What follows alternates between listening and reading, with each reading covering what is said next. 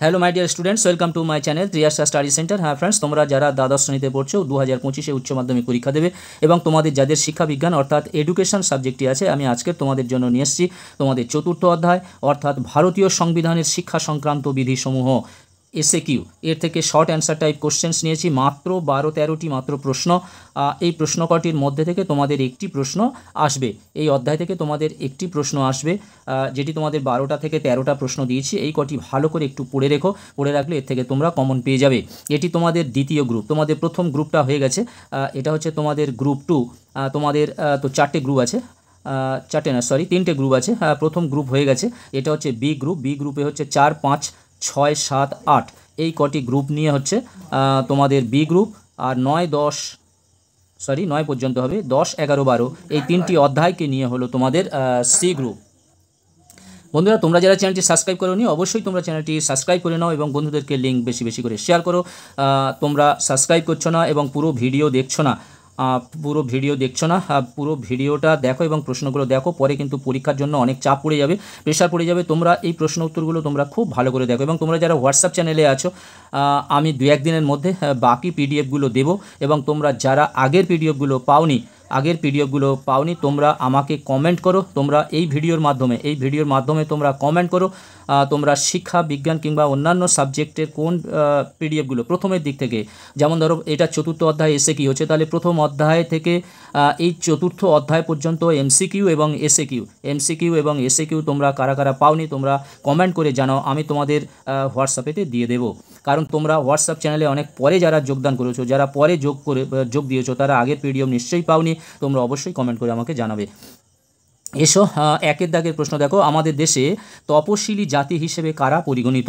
তপশিলি জাতি বলতে আমাদের দেশের সেই সব অনগ্রসর সম্প্রদায়ের মানুষকে বোঝায় যাদের তালিকা ইতিমধ্যে সরকারিভাবে নির্দিষ্ট তপশিলে অন্তর্ভুক্ত করা হয়েছে। ভারতবর্ষে কাদের তপশিলি উপজাতি বলে অভিহিত করা হয়? উত্তর হলো, তপশিলি উপজাতি বলতে আমাদের দেশের নির্দিষ্ট কয়েকটি সম্প্রদায়কে বোঝানো হয় যাদের অবস্থান কতগুলি বৈশিষ্ট্যের ভিত্তিতে নির্ধারণ করা হয়। এই সংক্রান্ত বিষয়গুলি জাতীয় আইনবিধিতে নথিভুক্ত রয়েছে। 3 দাগের প্রশ্ন, সংখ্যালঘু সম্প্রদায়ের শিক্ষা সংক্রান্ত সমান অধিকারের বিষয়টি ভারতের সংবিধানের কত নম্বর ধারায় উল্লেখ করা হয়েছে? ভারতীয় সংবিধানের 29(2) নম্বর ধারায় সংখ্যালঘু সম্প্রদায়গুলির শিক্ষা সংক্রান্ত সমান অধিকারের বিষয়টি, এটা বিষয় অন্তস্থটা এখানে পড়েনি, যাই হোক বিষয়টি উল্লেখ করা হয়েছে। দেখো, এটা ঠিক করে দিয়েছি, সমান অধিকারের বিষয়টি উল্লেখ করা হয়েছে। 8 দাগের প্রশ্ন, সংবিধানের 30(1) নম্বর ধারায় কি বলা হয়েছে? সমস্ত ধর্মগত ও ভাষাগত সংখ্যালঘুদের নিজেদের পছন্দ মতো বিদ্যালয় স্থাপনের ও পরিচালনার অধিকার থাকবে। এটি 30(1) নম্বর ধারায় বলা হয়েছে। এটা এখানে লেখা হয়নি, এটা তোমরা লিখে নেবে যে এইটি 30(1) নম্বর ধারায় বলা হয়েছে। কিংবা তোমরা প্রথমে এটা বলতে পারো যে 30(1) নম্বর ধারায় বলা হয়েছে সমস্ত ধর্মগত ও ভাষাগত সংখ্যালঘুদের নিজেদের পছন্দ মতো বিদ্যালয় স্থাপনের ও পরিচালনার অধিকার থাকবে। 5 দাগের প্রশ্ন, সংবিধানের 350(a) নম্বর ধারায় কি বলা হয়েছে? সংবিধানের 350(a) নং ধারায় বলা হয়েছে যে প্রতিটি রাজ্য বা স্থানীয় কর্তৃপক্ষ অর্থাৎ রাজ্যের স্থানীয় কর্তৃপক্ষ ভাষাগত সংখ্যালঘু সম্প্রদায়ের সন্তানরা যাতে প্রাথমিক স্তরে মাতৃভাষায় শিক্ষা লাভ করতে পারে সেই জন্য উপযুক্ত সুযোগ সৃষ্টি করতে হবে। রাষ্ট্রপতি এই বিষয়ে নির্দেশ জারি করতে পারবেন। 6 দাগের প্রশ্ন, সংবিধানের 46 নম্বর ধারায় কি বলা হয়েছে? যারা দুর্বল শ্রেণী, বিশেষ করে তপশিলি জাতি ও উপজাতিদের আর্থিক ও শিক্ষার বিকাশের প্রতি রাষ্ট্র বিশেষভাবে যত্নবান হবে, তারা যাতে শোষণের শিকার না হয় সেদিকে রাষ্ট্র নজর দেবে। কিংবা তোমরা প্রথমে এটি বলতে পারো যে সংবিধানের 46 নম্বর ধারায় বলা হয়েছে বলে এইটা বলবে যে যারা দুর্বল শ্রেণী, বিশেষ করে তপশিলি জাতি উপজাতিদের আর্থিক ও শিক্ষার বিকাশের প্রতি রাষ্ট্র বিশেষভাবে যত্নবান হবে, তারা যাতে শোষণের শিকার না হয় সেদিকেও রাষ্ট্র নজর দেবে। ওবিসি এর পুরো কথাটি কি? ওবিসি কথাটির পুরো অর্থ হলো আদার ব্যাকওয়ার্ড ক্লাসেস। বন্ধুরা, তোমরা যারা চ্যানেলটি সাবস্ক্রাইব করোনি অবশ্যই তোমরা চ্যানেলটি সাবস্ক্রাইব করে রাখো পরবর্তী গুরুত্বপূর্ণ ভিডিওগুলির জন্য এবং তোমরা এলএকিউর পুরো নোট পেয়ে যাবে। আগামীকাল হয়তো তোমরা ইতিহাসের দ্বিতীয় অধ্যায় থেকে 2টি ইম্পর্টেন্ট প্রশ্নের উত্তর, পুরো বড় প্রশ্নের উত্তর তোমরা পেয়ে যাবে এবং শর্টস থেকেও তোমরা দেখে নিতে পারবে। বন্ধুরা এইরকমভাবে ইম্পর্টেন্ট 8টা 10টা করে তোমাদের যে LAQ আছে LAQ সংক্ষিপ্ত করে লেখা, তোমরা যে বড় প্রশ্নগুলো দেখবে কিছু কিছু উত্তর বেশ বড় বড় হয়ে থাকে, সেইগুলো আমি তোমাদেরকে নোট বানিয়ে দিচ্ছি সুন্দর করে, সেইগুলো তোমরা অবশ্যই কালেক্ট করার জন্য, সংগ্রহ করার জন্য, এবং ইতিহাসে একটা ভালো নাম্বার পাওয়ার জন্য, ইতিহাস কেন সমস্ত বিষয়ে একটা ভালো নাম্বার পাওয়ার 90% অফ নাম্বার পাওয়ার জন্য তোমরা অবশ্যই সাবস্ক্রাইব করে রাখো এবং বন্ধুদেরকে লিঙ্ক শেয়ার করো। 8এর দাগের প্রশ্ন দেখো, নারীদের সুযোগ সুবিধার কথা সংবিধানের কত নং ধারায় বলা হয়েছে? নারীদের সুযোগ সুবিধার কথা সংবিধানের 14 থেকে 18 নং ধারায় বলা হয়েছে। 9 দাগের প্রশ্ন, হংস মেহতা কমিটি কত সালে গঠিত হয়? 1961 সালে হংস মেহতা কমিটি গঠিত হয়। 10 দাগের প্রশ্ন, হংস মেহতা কমিটি কেন গঠিত হয়েছিল? মেয়েদের আলাদা পাঠ্যক্রমের সমস্যা সমাধানের জন্য শ্রীমতী হংস মেহতা কমিটি গঠিত হয়েছিল। 11 দাগের প্রশ্ন, ভারতের সংবিধান অনুযায়ী তপশিলি জাতি কাদের বলা হয়?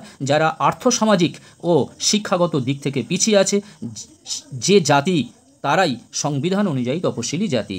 অর্থাৎ যারা আর্থসামাজিক ও শিক্ষাগত দিক থেকে পিছিয়ে আছে যে জাতি, তারাই সংবিধান অনুযায়ী তপশিলি জাতি। এখানে যারা না বললেও চলতো, আর্থসামাজিক ও শিক্ষাগত দিক থেকে পিছিয়ে আছে যে জাতি বা যে সকল জাতি, তারাই সংবিধান অনুযায়ী তপশিলি জাতি। 12 দাগের প্রশ্ন, সংবিধানের শিক্ষা সংক্রান্ত 2টি ধারা উল্লেখ করো। 45 নম্বর ধারায় বলা হয়েছে 14 বৎসর বয়স পর্যন্ত সকল শিশুর বাধ্যতামূলক শিক্ষার কথা বলা হয়েছে। বন্ধুরা এখানে একটু ভুল হয়ে গেছে, এখানে দেখো 2টি ধারা উল্লেখ করো বলা হয়েছে, কিন্তু আমি এখানে একটি ধারার কথা লিখেছি, 45 নম্বর ধারার কথা শুধু মাত্র বলেছি। 2 নম্বর দেখো, এখানে আমি আরেকটা লিখে দিলাম যে 29-এর 2 নং ধারা, 29-এর 2 নং ধারাতে বলা হয়েছে, ধারাতে এই সংখ্যালঘু সম্প্রদায়ের সমান অধিকার, শিক্ষার যে সমান অধিকার সেই কথাটা বলা হয়েছে। অর্থাৎ শিক্ষা উল্লেখ করলেই হবে, এটি উল্লেখ করলেই হবে যে 29-এর 2 নম্বর ধারাতে সংখ্যালঘু সম্প্রদায়ের শিক্ষার সমান অধিকার, শিক্ষার সমান অধিকার, সমানাধিকার।